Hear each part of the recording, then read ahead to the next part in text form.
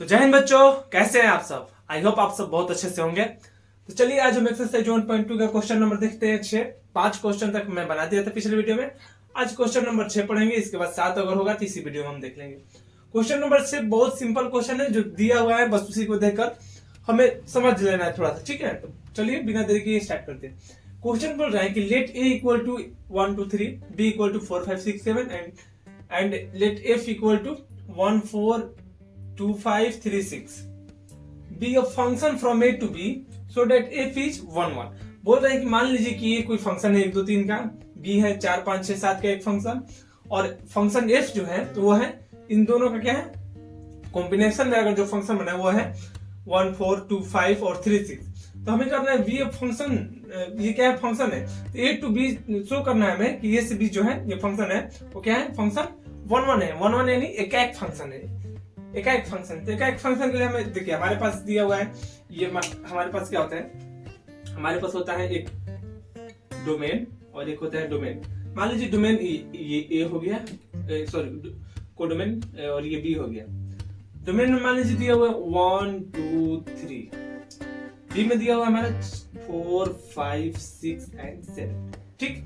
और फंक्शन होता है हमारा ए टू बी, ये हमारा क्या हो गया फंक्शन, ठीक। फंक्शन बोल रहे हैं जो हमारे पास फंक्शन है वो कह रहा है कि 1 4 2 5 एंड 3 6, ये क्या है हमारा फंक्शन।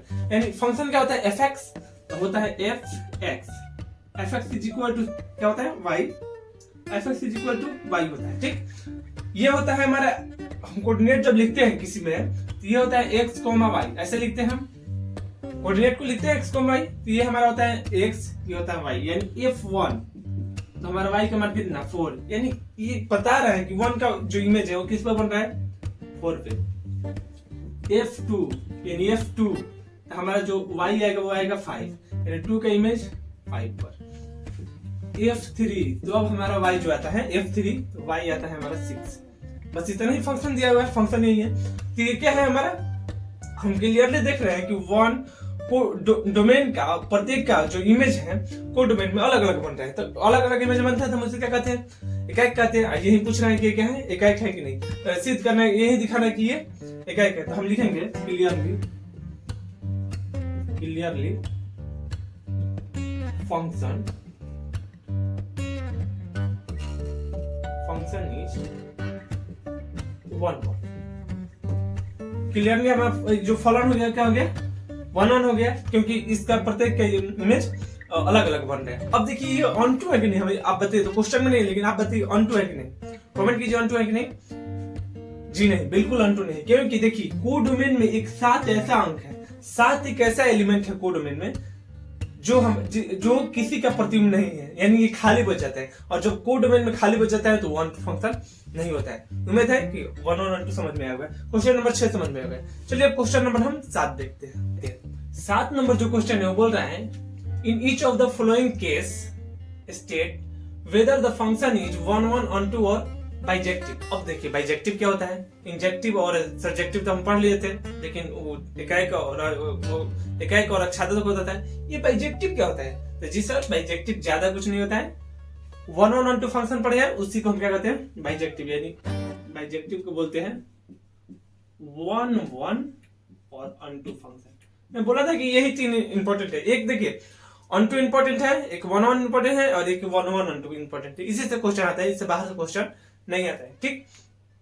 तो हमें क्या करना है जस्टिफाई योर आंसर, और फंक्शन हमारे एक दिया है, इसमें 2 क्वेश्चन है, एक दिया हुआ है। हमें क्या चेक करना है ये कि 1 1 है ऑन टू है और 1 1 ऑन टू है।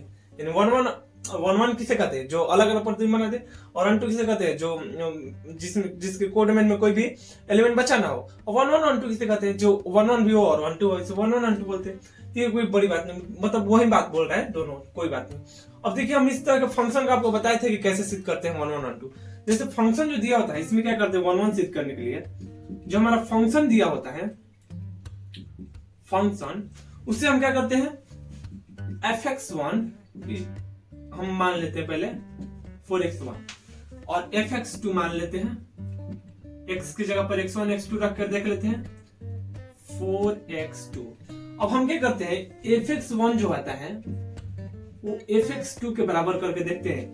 अगर इससे बराबर करने पर x1 इक्वल टू s2 आ जाता है तो ये फंक्शन हमारा क्या होता था, 1 होता था। पिछले वीडियो में भी हम बताए हैं। ठीक, तो देखिए अब fx1 कितना है हमारा 3 minus 4x1, fx2 3 minus 4s2। यहाँ से तो देखिए 3 प्लस प्लस खत्म, माइनस से ये माइनस खत्म। अब बचा हमारे पास 4x1 is equal to 4x2। और देखिए 4 से 4 खत्म, यानी x1 equal to x2। x1 equal to x2 आ गया तो हम कह सकते हैं सो फंक्शन इज 1, क्योंकि x1 इक्वल टू x2 आ गया। ये क्या हमें दिखाता है कि प्रत्येक का प्रतिबिंब कहाँ बन रहा है, अलग अलग बन रहा है। अब रियल नंबर है, रियल नंबर इन्फिनिटिव है, तो अनंत को ऐसे करके अनंत को नहीं देखेंगे। ये रियल नंबर ऐसे करके अनंत को आप नहीं देख सकते, क्योंकि अनंत मतलब देखिए रियल नंबर में माइनस में अनंत तक चले जाइए, प्लस में अनंत तक चले जाइए, तो एक एक करके देखिएगा तो फिर ज्यादा दिक्कत होगा। इसीलिए इस तरह से ये प्रूफ कर दीजिएगा। अगर x1 इक्वल टू s2 आ रहा है तो ये हमारा क्या हो रहा है, x1 इक्वल टू s2 आ रहा है तो ये हमारा क्या होगा 1 फंक्शन होगा। इसीलिए इसे ऐसे प्रूफ करते हैं, नहीं तो हम ऐसे भी कर सकते हैं। आखिर में करेंगे, अंतिम में 1-2 को करेंगे, लेकिन थोड़ा सा देर के बाद। तो पहले देखिए, अब उसके बाद हम क्या करते हैं, हम ये तो 1 सिद्ध हो गया हमारा कि 1 है। अब 1 सिद्ध करना है, तो 1 सिद्ध करने के क्या करते थे, पहले हम लेट कर लेंगे। लेट फंक्शन जो हमारा है fx, उसे हम y मान लिए। ठीक, अब fx y हो गया, तो y is equal to fx हमारा कितना है 3 माइनस 4x। तब यहाँ से हमारा जो आएगा, अब हमें x का मान निकालना है। यहाँ से हमें क्या निकालना है, याद रखिएगा x का मान निकालना है, जो जैसे भी निकले। तो हम क्या करते हैं 4x को इस साइड करेंगे तो माइनस से है तो प्लस का हो जाएगा, तो 3 माइनस y हो जाएगा। y को इस साइड की तो x इक्वल टू हमारा हो जाएगा 3 माइनस y बाई 4। ये हमारा आ गया x। हम यहाँ से यदि हम फंक्शन को इस साइड लेकर जाएंगे तो x equal to f inverse y हो जाएगा। x equal to f inverse y, यहाँ से x की जगह पर हम f इनवर्स y लिख सकते हैं। f inverse y is equal to 3 minus y by 4। यहाँ तक समझ में आया होगा। अब देखिए हमें फंक्शन चूंकि क्या करना है, x के रूप में रखना है, तो हम y को हटाकर y को रिप्लेस कर देंगे किससे, s की जगह पर। f inverse x is equal to 3 minus x by 4। अब f इनवर्स x जो आ गया 3 माइनस x बाई 4 आ गया, जबकि हमारा fx क्या था, fx क्या था 3 minus f inverse x। f inverse x किसके बराबर है, x के बराबर है। f इनवर्स x जो आएगा वो x के बराबर है ना, f इनवर्स y किसके बराबर है, x के बराबर है। लेकिन हमारे उससे हम क्या कर दिए, f इनवर्स x में कर दिए। ठीक, तो इस तरह से हमारा जो ऊपर आ रहा है वो क्या होगा, x जो हो गया वो 3 माइनस x बाई 4 के बराबर आ गया। तो अब यहां से हम लिख सकते हैं सो fx इज 1, ये हमें कैसे कर दिया कि fx क्या हो गया हमारा 1 हो गया। कैसे हो गया, अब यहां से देखिए, अब हम 1-2 को लेकर हम देख सकते हैं। जैसे रियल नंबर में हमारा आता है 1, रियल नंबर में आता है 1 की जगह पर 1 रखेंगे तो 3 में से 1 गया 2 बट्टा 4 कितना, 3 में से 1 गया 2 बट्टा 4 यानी 1/2। 1 का प्रतिबिंब 1 का प्रतिबिंब बन गया 1/2 पर। यदि हम 2 रखते हैं तो 2 का प्रतिबिंब कहाँ बनेगा, 2 रखते हैं तो 2 रखेंगे तो 3 माइनस 2 1/4 पर 1/4 पर। यदि हम 1/2 रखते हैं तब इसका प्रतिबिंब कहाँ बनेगा, 1/2 रखते हैं तो ये हो जाएगा 3 यानी 6 माइनस 1 1/2 यानी 6 माइनस 1 5/2 यानी 5/8 पर 5/8 पर। इस तरह से प्रत्येक का प्रतिबिंब जो आएगा ना ये 5/8 पर, प्रत्येक का प्रतिबिंब कोई भी निकाल के देख लीजिए आप। अगर ऐसा नहीं आएगा कमेंट कर सकते हैं, कोई भी निकाल के देखेगा ना तो प्रत्येक का प्रतिबिंब क्या आएगा, अलग अलग आएगा। अब कोडिमेंस जो होगा ना इसमें एक भी एलिमेंट नहीं छूटेगा, प्रत्येक प्रतिबिंब होगा। जैसे आप देख रहे हैं 1/4 पर 1/2 पर 1/8 पर 1 पर भी बनेगा। इसी तरह बहुत सारे मतलब जितना है ना सब पर बनेगा, कोई शक ही नहीं है। नहीं है तो आप आगे भी जाकर करके देख सकते हैं। यहाँ से हम ये इतना आ गया तो हम ये प्रूफ कर दिए, हम प्रूफ करने के लिए ये इतना ले आए थे। ठीक, ये आपको दिखाने के लिए बना दिए। आप वहां पर अगर एग्जामिनर को समझाना चाहते हैं तो ये बना सकते हैं, 1-2 को एग्जाम्पल लेकर बना सकते हैं इसका। ठीक, नहीं तो इतना तक भी छोड़ दीजिएगा तो कोई दिक्कत नहीं, यहाँ तक ये क्या हो गया, प्रूफ हो गया। सो fx is one on function. तो इस तरह से fx वन वन हो गया और यहाँ से ऑन टू भी हो गया। चलिए अब क्वेश्चन नंबर इसी का 2 देखते हैं। क्वेश्चन नंबर 7 का क्वेश्चन 7 में ही हम जो दूसरा नंबर क्वेश्चन है वो देखते हैं। क्वेश्चन तो मान लीजिए ऊपर वाला 7 सेम है, नीचे का भी जो आपका कंडीशन है सेम है, केवल फंक्शन बदल दिया। अब देखिए चूंकि यहाँ पर स्क्वायर का फंक्शन दे दिया है तो हम वैसे जैसे पहले करते थे वैसे नहीं कर सकते हम, वो केवल लीनियर के लिए है। अब यहाँ पर स्क्वायर दे दिया है तो हमारा जो फंक्शन fx है वो क्या है 1 + 1 के स्क्वायर। अब इससे हमें सिद्ध करना है कि 1 1 और 1 2 है कि नहीं। तो अब रियल नंबर हमें देखना पड़ेगा कि रियल नंबर में क्या होता है। तो रियल नंबर हमारा r हो गया, इसके अंदर -2 -1 0 1 2 3 डॉट डॉट, नीचे भी डॉट डॉट, ऊपर भी होता है, ठीक। और रियल नंबर इधर से यदि हम ले लें तो -2 -1 0 1 2 3 डॉट डॉट, नीचे भी डॉट डॉट ऊपर। ये हमारा रेंज हो गई, सॉरी कोडमेन, और ये हो गया डोमेन। तो इस तरह से हम तो ये ले लिया। अब हमें क्या सिद्ध करना है 1 1 और 1 2 है कि नहीं। देखिए फंक्शन ऑफ 0 से स्टार्ट करते हैं, -1 से -2 से स्टार्ट कीजिए। -2 जब रखेंगे इसके जगह पर तो -2 का प्रतिबिंब कहाँ बनेगा, -2 का square is equal to 1 + 4 is equal to 5। -2 का प्रतिबिंब कहीं पर यहाँ 5 आएगा, वहां पर बन रहा है, मान लीजिए 5 है, ठीक। -1 का प्रतिबिंब 1 + -1 का square is equal to 1 + 1 is equal to 2। 1 का -1 का प्रतिबिंब 2 पर कैसे आया देख रहे हैं, -1 का स्क्वायर कितना होता है 1 होता है, और माइनस में प्लस हो जाएगा। 0 अगर आ गया तो 1 + 0 का स्क्वायर इज इक्वल टू 1। 1 + 0 का स्क्वायर इज इक्वल टू 1, यानी 0 का स्क्वायर 1 पे। if यदि 1 आ गया तो 1 + 1 का स्क्वायर यानी 2। 1 + 1 का स्क्वायर कितना हो गया 2, तो 1 का किस पर 2 पर। यदि फंक्शन हम 2 रख दिए, देखिए इतना में ही अब रिपीट करने लगा, 1 + 2 के स्क्वायर यानी 1 + 4 is equal to 5। 1 + 4 is equal to 5, ठीक। तो यानी जो 2 है 2 का किस पर 5 पर।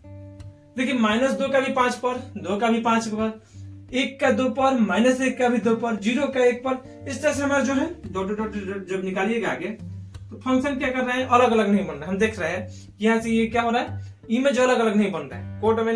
डोमेन का इमेज जो कोडोमेन बनना चाहिए अलग अलग, वो बन नहीं रहा है। जब इमेज अलग अलग नहीं बनता है तो हम क्या कहते हैं इसे, ये हो गया हमारा on to function, 1 on function नहीं हुआ। और देखिए यहाँ से 0 के बाद देखिए 1 के बाद इधर क्या होता है पॉजिटिव, और इधर जो होता है निगेटिव। हम देख रहे हैं कि निगेटिव साइड में कोई इमेज बन ही नहीं रहा है। निगेटिव साइड में कहा है कि भी इमेज बना, जितना भी बनेगा क्यों, क्योंकि यहाँ पर स्क्वायर है। इसीलिए बोले ना कि स्क्वायर का हम वैसे नहीं निकाल सकते हैं, जब भी स्क्वायर देखेगा तो ऐसे निकालेगा। अब देखिए इस कारण से ये क्या होगा, निगेटिव साइड में इमेज बनेगा ही नहीं। और जब निगेटिव साइड में इमेज बनेगा नहीं, पॉजिटिव में केवल इमेज बनेगा, तो हमारे कोड में है पूरा निगेटिव खाली रह गया। भैया हम एक खाली नहीं रहने देते, आप पूरा निगेटिव को खाली रख दिए, ये तो गलत बात है। तो इस तरह से हमारा क्या होगा, क्लियरली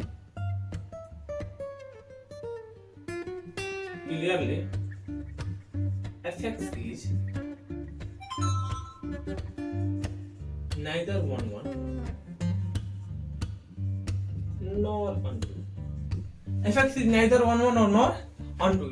fx क्या है, ना तो एकाएक है और नहीं अक्षांश। अब यहाँ पर बोल रहा है कि अपने उत्तर का क्या कीजिए, जस्टिफाई भी कीजिए। तब ये जस्टिफाई योर आंसर, तो आप आंसर को जस्टिफाई करने के लिए लिख सकते हैं क्यों ये ऐसा क्यों नहीं है, इसका कारण आप लिख सकते हैं क्योंकि बिकॉज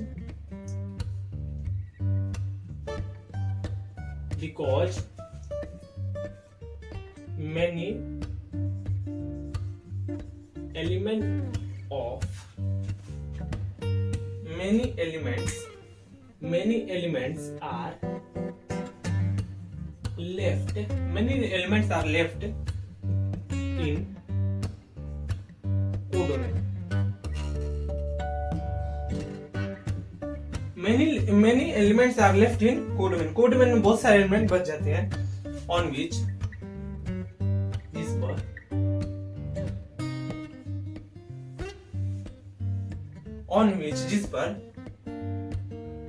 जिस पर the image of any element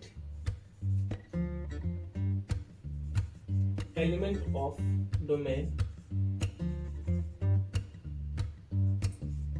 are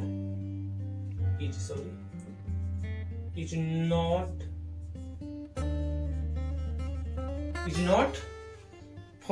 not formed यानी बोल रहा है कि because many elements are left in codomain on which, जिस पे the image of any element of domain यानी डोमेन के कोई भी एलिमेंट का इमेज इज नॉट फाउंड यानी नहीं बनता है, प्राप्त नहीं होता है। इसलिए क्या हो गया, न तो एकाएकी हुआ और न ही आच्छादक हुआ।